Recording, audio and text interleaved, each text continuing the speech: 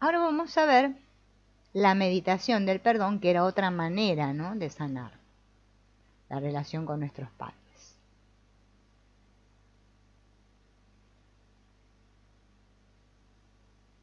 Primero me tengo que adentrar en un estado de relajación y reflexión profunda para confrontar y liberar las emociones negativas que tengo dentro.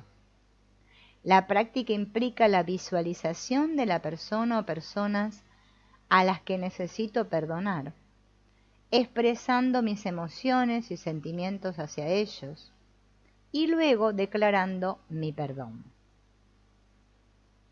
Es importante destacar que el perdón no significa olvidar o condonar un comportamiento dañino, sino que es una elección consciente que hacemos para liberarnos del dolor y la ira del pasado y avanzar hacia la paz y la libertad.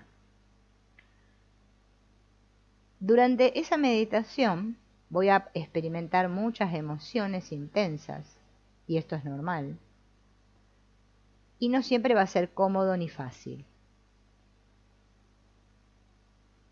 Ahora vamos a ver cómo podemos hacerla esta meditación, ¿no? Siempre buscar un lugar tranquilo, obviamente, ¿no?, donde no sea interrumpido. Ponerme cómodo. Puedo estar sentado en una silla, con los pies en el suelo, o en un cojín en el suelo también. Es importante no hacerla acostada la meditación, sentada en el suelo o en una silla. Voy a comenzar con la respiración consciente, que solamente consiste en que cierre los ojos y lleve mi atención a la respiración. O sea, que note cómo entra el aire y sale. Entra y sale. ¿Bien? Siempre inhalar por la nariz y exhalar por la boca. Bien.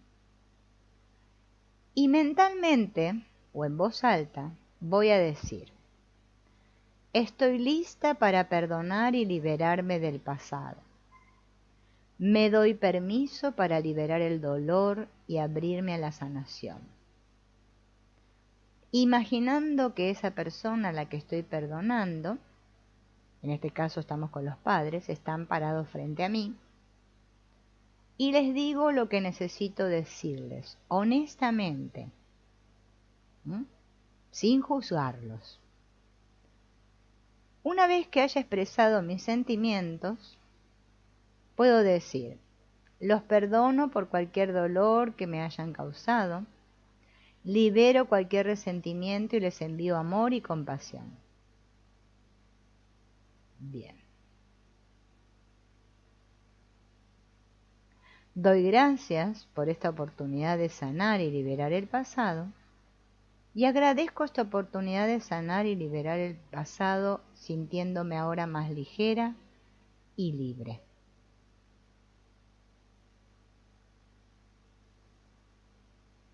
Bien. La tercera técnica era visualización de la sanación de nuestro niño interior, que les dije al comienzo que la íbamos a ver ahora, ¿no?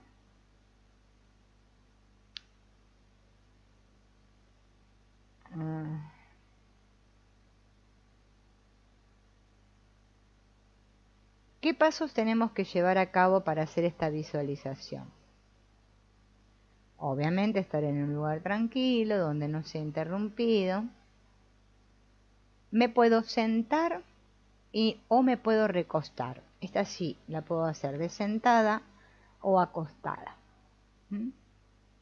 Tomar unos momentos para relajarme y otra vez centrarme en mi respiración. Eso es importantísimo, si no, no puedo hacer ningún tipo de trabajo, ¿no? Cerrar los ojos y concentrarme en mi respiración y empezar a notar, si estoy respirando correctamente, cómo mi abdomen se eleva y desciende. Cuando inhalo, se va a hinchar, a elevar, y cuando exhalo, se va a desinflar. Eso me va a ayudar a liberar tensiones. Luego me voy a imaginar a mí cuando era niña. Si no puedo imaginarme, bueno, voy a buscar una foto mía, ¿no? O usar mi memoria. Y ver a mi niña que está en un lugar seguro y tranquilo. Observar cómo se ve, cómo se siente, si tiene algún sentimiento de miedo, tristeza o soledad que esté experimentando. Solo observar, sin juzgar. Luego, cuando la haya observado bien, me voy a acercar a esa niña, ¿no? Obviamente mentalmente, ¿no? La voy a mirar a los ojos y le voy a decir: he venido a cuidarte y protegerte. No estás sola. Y yo puedo manejar las situaciones que te causaron dolor en el pasado.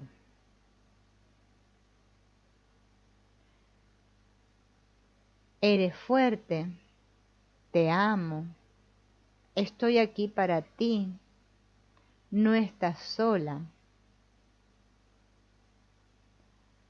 Imagino luego que estoy abrazando a esa niña, como si abrazara a un niño, pero nada más que es mi niña interior que estoy abrazando. Y me quedo ahí un ratito, en ese abrazo. Luego me despido y le digo que siempre voy a estar ahí para ella y que voy a volver a visitarla cada vez que necesite apoyo. Luego regreso a mi conciencia normal, a la atención a mi cuerpo. Me sacudo un poquito, abro mis ojos y ese trabajo sencillito así me ayuda a de a poquito comenzar a conectar con esa parte nuestra que se llama el niño interior, que es nuestro inconsciente en realidad, ¿no? Bien.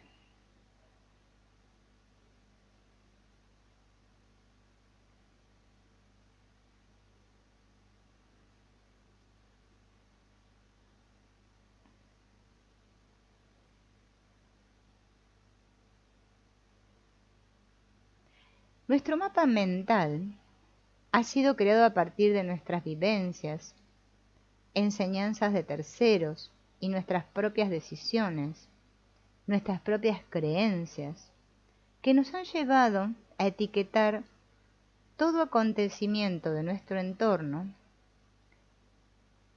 como por ejemplo, ¿no? Si yo fuera al campo y hiciera mucho calor, buscaría un árbol frondoso para que me diera sombra. Sentiría que esa es la función del árbol, dar sombra, pero si yo le preguntara al árbol y el árbol me respondiera, es muy probable que el árbol me dijera que solo está ahí porque alguien lo plantó. Si unos minutos más tarde del árbol cae una rama y me lastima, es probable que yo piense y crea que el árbol me agredió a propósito y me enoje. Y si el árbol me hablara, me diría que simplemente esa rama debía caer porque era su momento, que él no tenía ninguna intención. Es decir, que la etiqueta a esa situación se la he puesto yo. ¿Bien? Eso sucede en nuestra mente con todos los eventos que vivimos a lo largo de nuestra vida. Nosotros vivimos marcando y etiquetando o consideramos por determinada vivencia que debemos hacerlo, y así nos vamos formando creencias que van siendo parte de nuestra personalidad, y así es como después en consecuencia actuamos de una u otra manera. Cuando estas creencias son muy fuertes, nos manejan y dejamos de ser dueños de nuestro destino y empezamos a escudarnos en ellas y generamos toda una serie de sentimientos para confirmarlas y darles la razón. Así es como aprendemos a juzgarnos cruelmente a nosotros y a los demás. Construimos nuestra realidad y vivimos la vida basada en nuestra apreciación personal. Y pretendemos que otros vivan según nuestra realidad, sin siquiera percatarnos de que los demás también han construido su propia realidad. Así que si analizamos esto, cada uno vive una realidad diferente. Bien.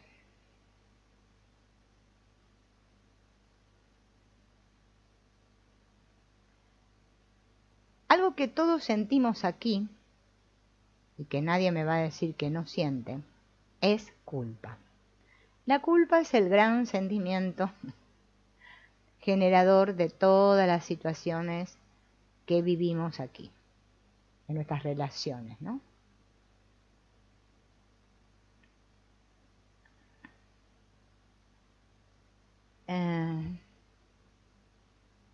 Ya desde niños pequeños nos enseñan acerca de la culpa, alejándonos de la responsabilidad. Vamos a ver una analogía que nos hará comprender esto de la culpa. En cualquier lugar, un niño pequeño de unos 9 o 10 meses, que al ser desvestido y retirado su pañal, juega con sus genitales y descubre que eso le da una sensación placentera, y quien está cambiando a esa criatura probablemente le retire las manos de esa parte y le dé una palmadita para que no lo haga y le diga, eso no se hace. ¿Qué le estamos transmitiendo ya al niño de 9 o 10 meses? Un ser absolutamente inocente. Ya le estamos dando la información de culpa por explorar su cuerpo y descubrir una parte de su cuerpo que es tan natural como un brazo o un pie. En la edad adulta ese niño ya considera misterioso o prohibido hablar de sexualidad, y menos explorarla. Esto es como un ejemplo, ¿no? Bien.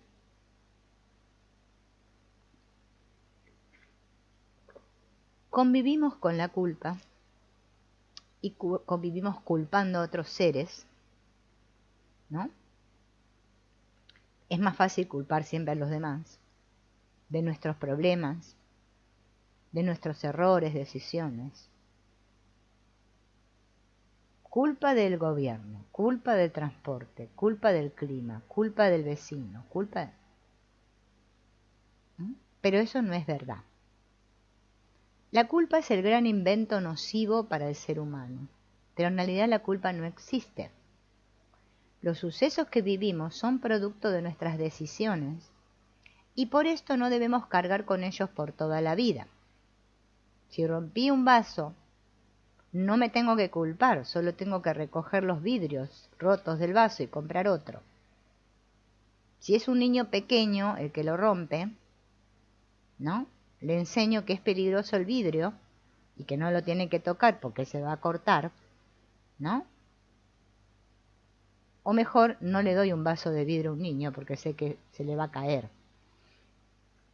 Es un riesgo, ¿no? Bien. Cuando me desprendo del concepto de culpa y esta manía obsesiva que tenemos de culpar a otros, liberamos del interior una carga emocional que genera sentimientos que son pocos útiles para el ser humano. Al quitarle poder sobre nuestra vida a estas piedras o rocas que venimos llevando, llamada culpa, ellas ya no tienen más poder sobre mí, entonces se van a ir.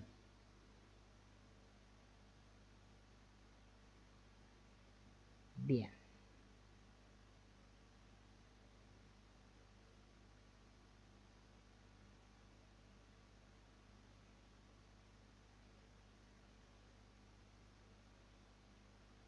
A ver.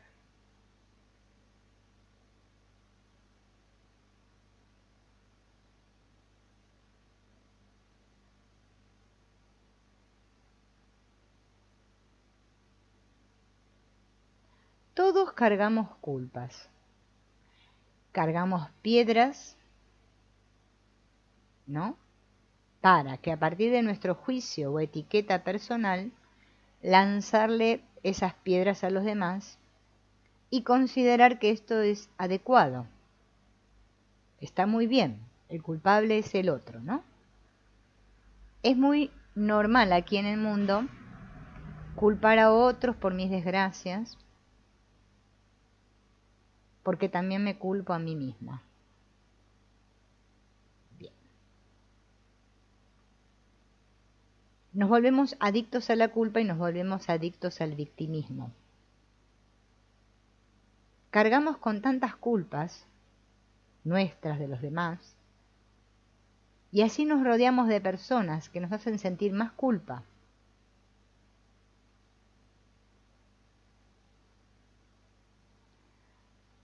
La culpa genera tanto sentimiento encontrado, ¿sí?, que nos lleva al dolor. El dolor es un sentimiento profundo que ahoga generalmente en llanto a quien lo experimenta. Su nombre etimológico viene del latín dolore, que significa sufrimiento o ser golpeado. Y según su raíz indoeuropea, significa alisar, pulir, cortar. Tan solo al ver el origen de la palabra, es posible dilucidar que es una pena y sufrimiento, pero también podríamos decir que de molde, cada dolor emocional que vivimos a lo largo de la vida es producto de nuestra programación personal y por lo tanto corresponde a cada uno de nosotros concientizarnos que este sentimiento parte de una elección personal, producto de un evento que hemos creado también. Duele cuando alguien que amamos nos habla en un tono de voz irritante, o cuando nuestros amigos olvidan saludarnos para nuestro cumpleaños, o nos duele cuando muere un ser querido.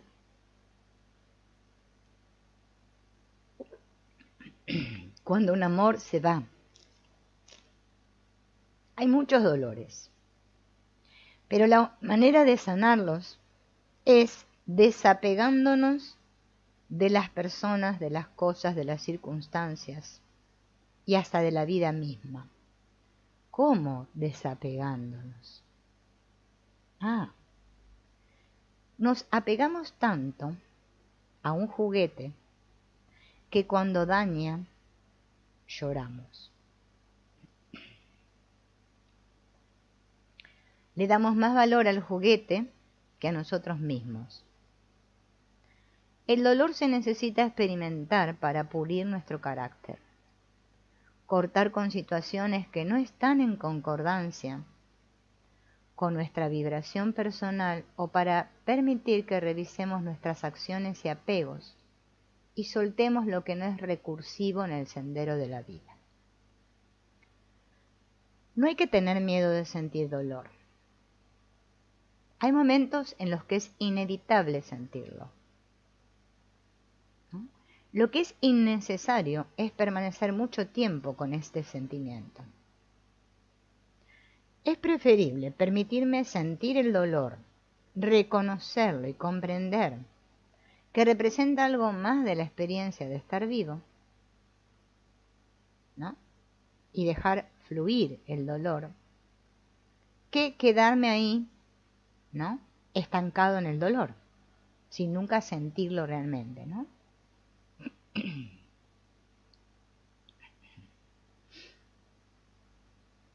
¿Cómo lo dejo ir al dolor? Agradeciendo la experiencia, por más dolorosa que sea. Una vez que yo lo deje salir al dolor, me voy a preguntar qué aprendí de ese dolor, qué enseñanza me dejó.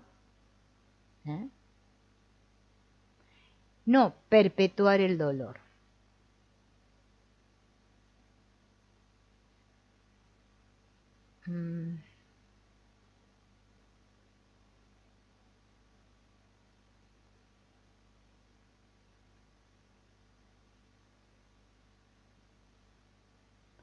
Es una decisión personal sentir dolor.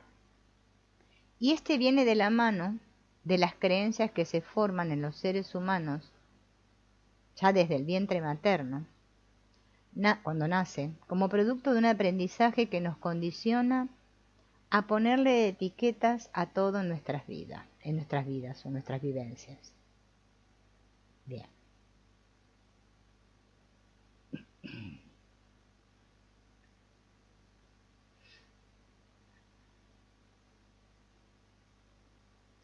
Todas las etiquetas o piedras a las cuales yo llamé culpa me generaron dolor.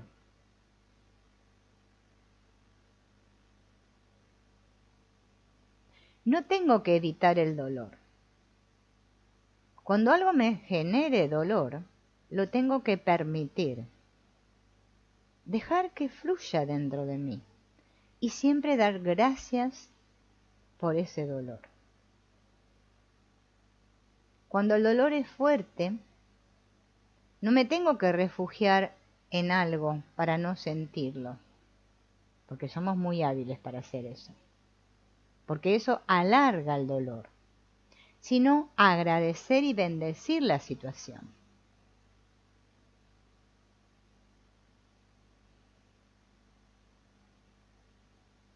Solo sanamos de un dolor cuando lo padecemos plenamente, dijo Marcel Proust.